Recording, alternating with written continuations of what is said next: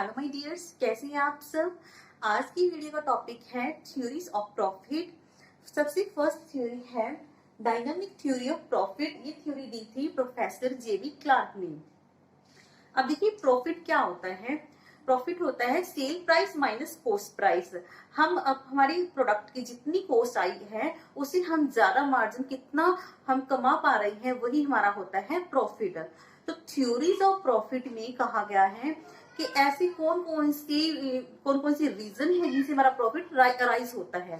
सबसे first theory है हमारी डायनामिक थ्योरी ऑफ प्रॉफिट।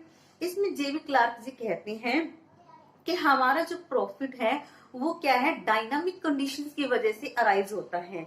हमारी इकोनॉमी में टू टाइप्स की कंडीशन हो सकती है, या तो इकोनॉमी स्टैटिक होगी या इकोनॉमी हमारी जो इकोनॉमी है वो डायनामिक होगी। तो कहते हैं स्टैटिक अगर कंडीशन है तो प्रॉफिट अराइज नहीं होगा। अगर हमारी जो कंडीशन है वो डायनामिक है, वो चेंज हो रही है हमारी इकोनॉमी, तो हमारे को प्रॉफिट होगा। देखते हैं क्या कहते हैं। Profit is a dynamic surplus that arises only under dynamic condition. There is no profit under static condition. Dynamic conditions के अंदर ही profit arise होता है। Static condition में क्या आता है, no change in economic factor like demand and supply,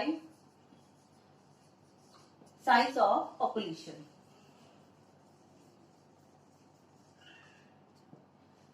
economic condition हमारी अगर स्टैटिक है तो इकोनॉमिक फैक्टर में कोई चेंज नहीं होगा, डिमांड और सप्लाई में कोई चेंज नहीं होगा, पॉपुलेशन में कोई चेंज नहीं होगा। Each factor of production gets reward equal to its marginal productivity. Marginal productivity के अकॉर्डिंग ही जो हर फैक्टर ऑफ प्रोडक्शन है उनको रिवार्ड मिलेगा। Factor production, land, labour, capital, entrepreneur. तो इस केस में डिमांड इज इक्वल टू होगा सप्लाई, तो कोई चेंज नहीं हो रहा, ना तो डिमांड इंक्रीज डिक्रीज हो रही है ना ही सप्लाई इंक्रीज डिक्रीज हो रही है। डिमांड क्या है, सप्लाई की इक्वल है। तो इस केस में इंटरप्रेन्योर नॉर्मल प्रॉफिट ही कमा पाता है। देखिए ये हमारा है एक्स एक्सिस, यहाँ पे हमने ली है quantity.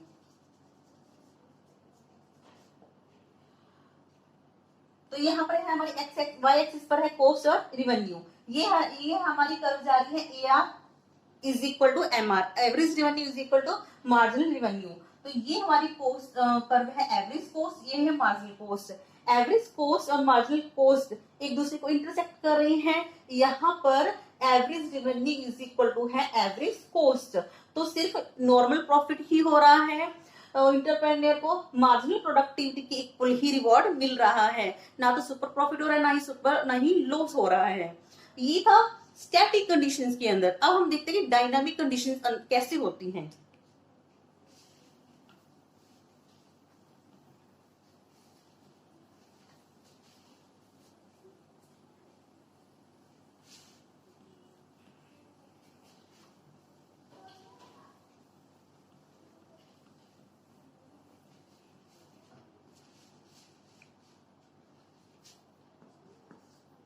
Under dynamic conditions,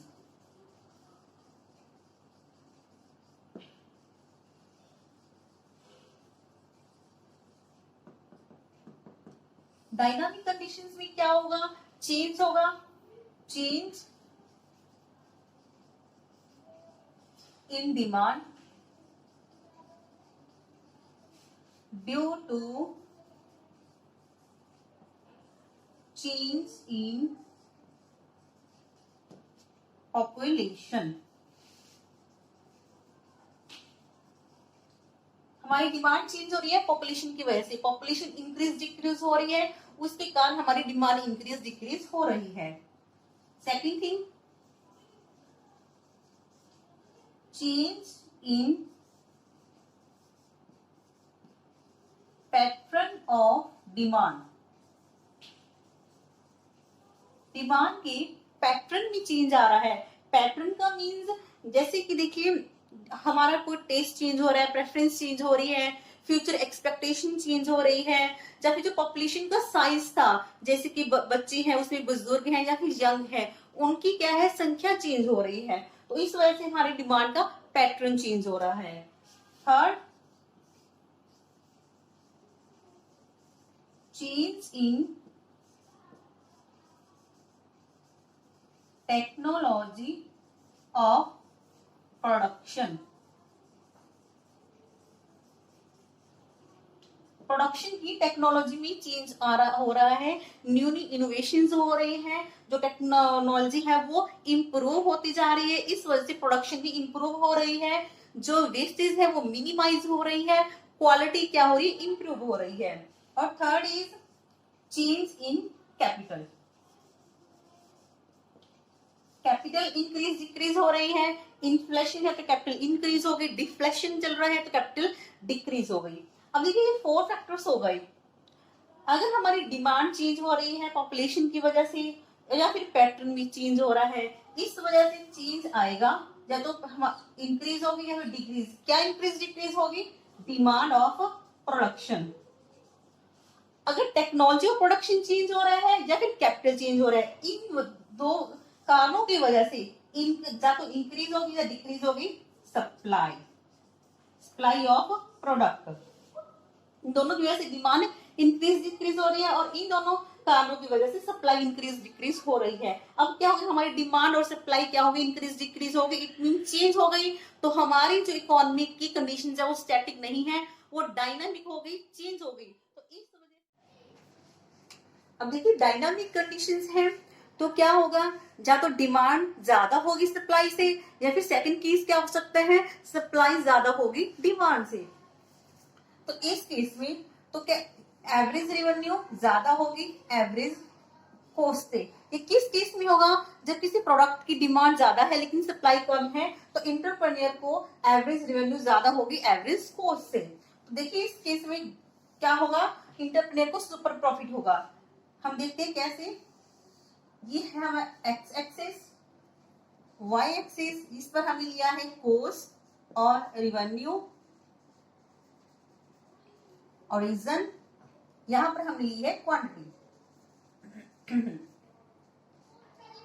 P price पर हमारे प्रोडक्ट की एवरेज रेवेन्यू फर्म की इज इक्वल टू है मार्जिनल रेवेन्यू। तो अगर एवरेज रेवेन्यू ज्यादा है एवरेज कॉस्ट से, तो क्या होगा, एवरेज कॉस्ट को मार्जिनल कॉस्ट इंटरसेक्ट करेगी from the below of average revenue curve से। एवरेज रेवेन्यू कर्व से एवरेज कॉस्ट और मार्जिनल कॉस्ट इससे बिलो इंटरसेक्ट कर रही हैं। तो इस केस में इंटरप्रेन्योर को इतना क्या हो गया, सुपर प्रॉफिट।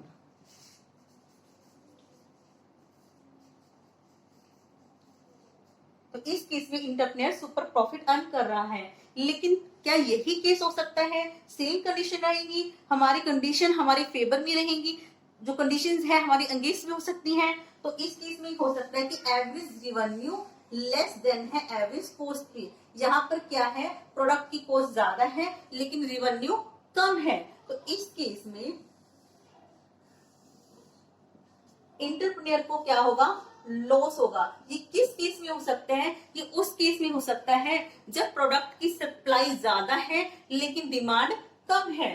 तो देखते हैं हम इसका ग्राफ कैसे बनेगा। Y axis, X axis, origin. Y axis पर हमने लिया है सेम वही कॉस्ट, पी प्राइस पर average revenue is equal to है मार्जिनल रेवेन्यू। अब देखिए क्या है, एवरेज रेवेन्यू लेस देन है एवरेज कॉस्ट से, यानी कि कॉस्ट ज्यादा है रेवेन्यू कम है। तो जो एवरेज कॉस्ट कर्व को और मार्जिनल एवरेज कॉस्ट कर्व और मार्जिनल कॉस्ट कर्व एक दूसरे को इंटरसेक्ट करेंगी above the average revenue curve. तो यहाँ पर क्या है, इस पॉइंट पर, इस इक्विलिब्रियम पॉइंट पर क्या होगा, इंटरप्रेन्योर को इतना लॉस सफर करना पड़ेगा। अगर एवरेज रेवेन्यू ज्यादा है तो इंटरप्रेन्योर को सुपर प्रॉफिट हो रहा है। अगर एवरेज रेवेन्यू कम है और क्या है, एवरेज कॉस्ट ज्यादा है, तो इंटरप्रेन्योर को लॉस बियर करना पड़ेगा। अगर ये तभी होगा अगर डायनामिक कंडीशन है। इन शॉर्ट जेपी क्लार्क कहना चाहते हैं ये इकोनॉमी में जो भी डिसइक्विलिब्रियम होता है वो डायनामिक इकोनॉमी की वजह से होता है, डायनामिक कंडीशन की वजह से होता है। इस डायनामिक कंडीशन की वजह से ही क्या होता है, प्रॉफिट, चाहे वो नेगेटिव प्रॉफिट हो या नेगेटिव इनकम हो या पॉजिटिव इनकम हो, उसी वजह से अराइज होता है।